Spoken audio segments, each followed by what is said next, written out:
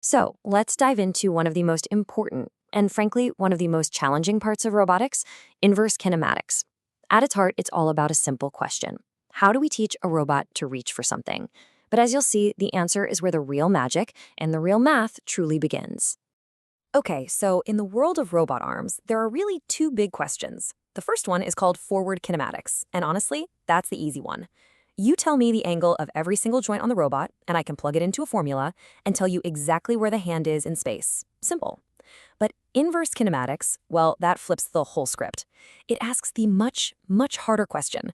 I know exactly where I want the hand to be, so what in the world do the joint angles need to be to get it there? We're starting with the goal and trying to work backward to figure out how to achieve it. And yeah, that is inverse kinematics.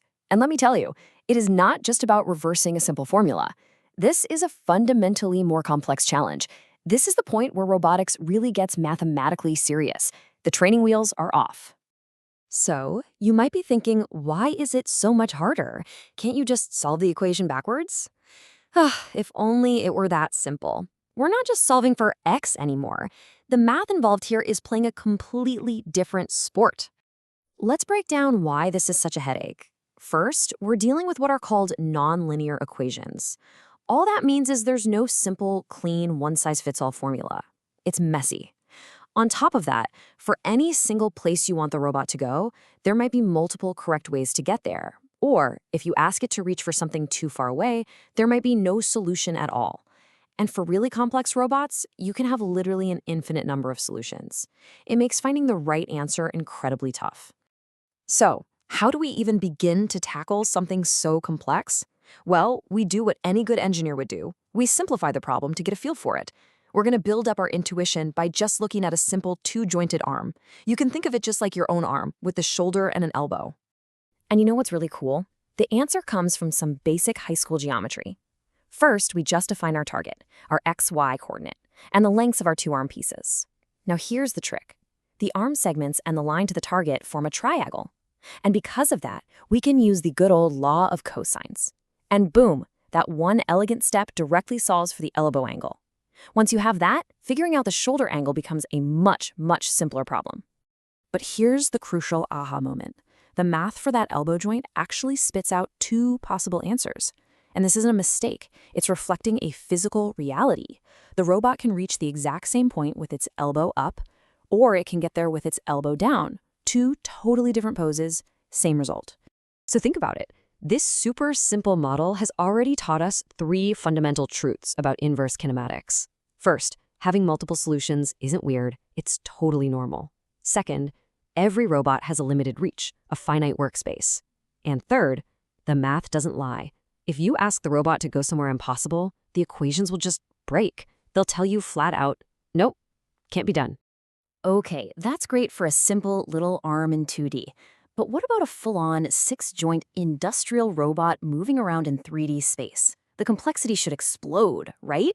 Well, this is where a truly brilliant piece of mechanical design comes in to save the day. It's a clever trick that makes the whole problem solvable. It's called the spherical wrist. The concept itself is just so elegant.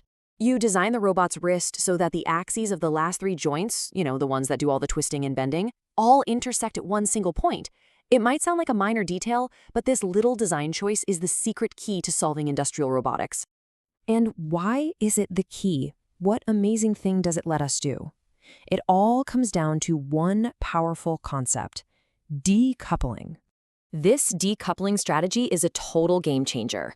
Instead of trying to solve one massive, messy, six-variable problem all at once, you get to break it into two much simpler three-variable problems.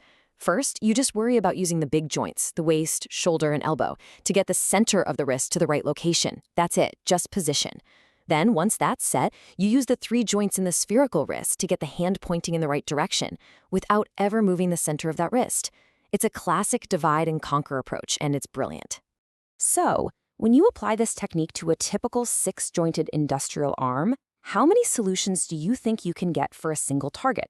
You can get up to 8. That's right, 8 unique configurations of the robot's joints that all result in the hand being in the exact same spot with the exact same orientation. Pretty wild. Understanding all of this, from the simple geometry right up to the clever spherical wrist trick, it really does something important.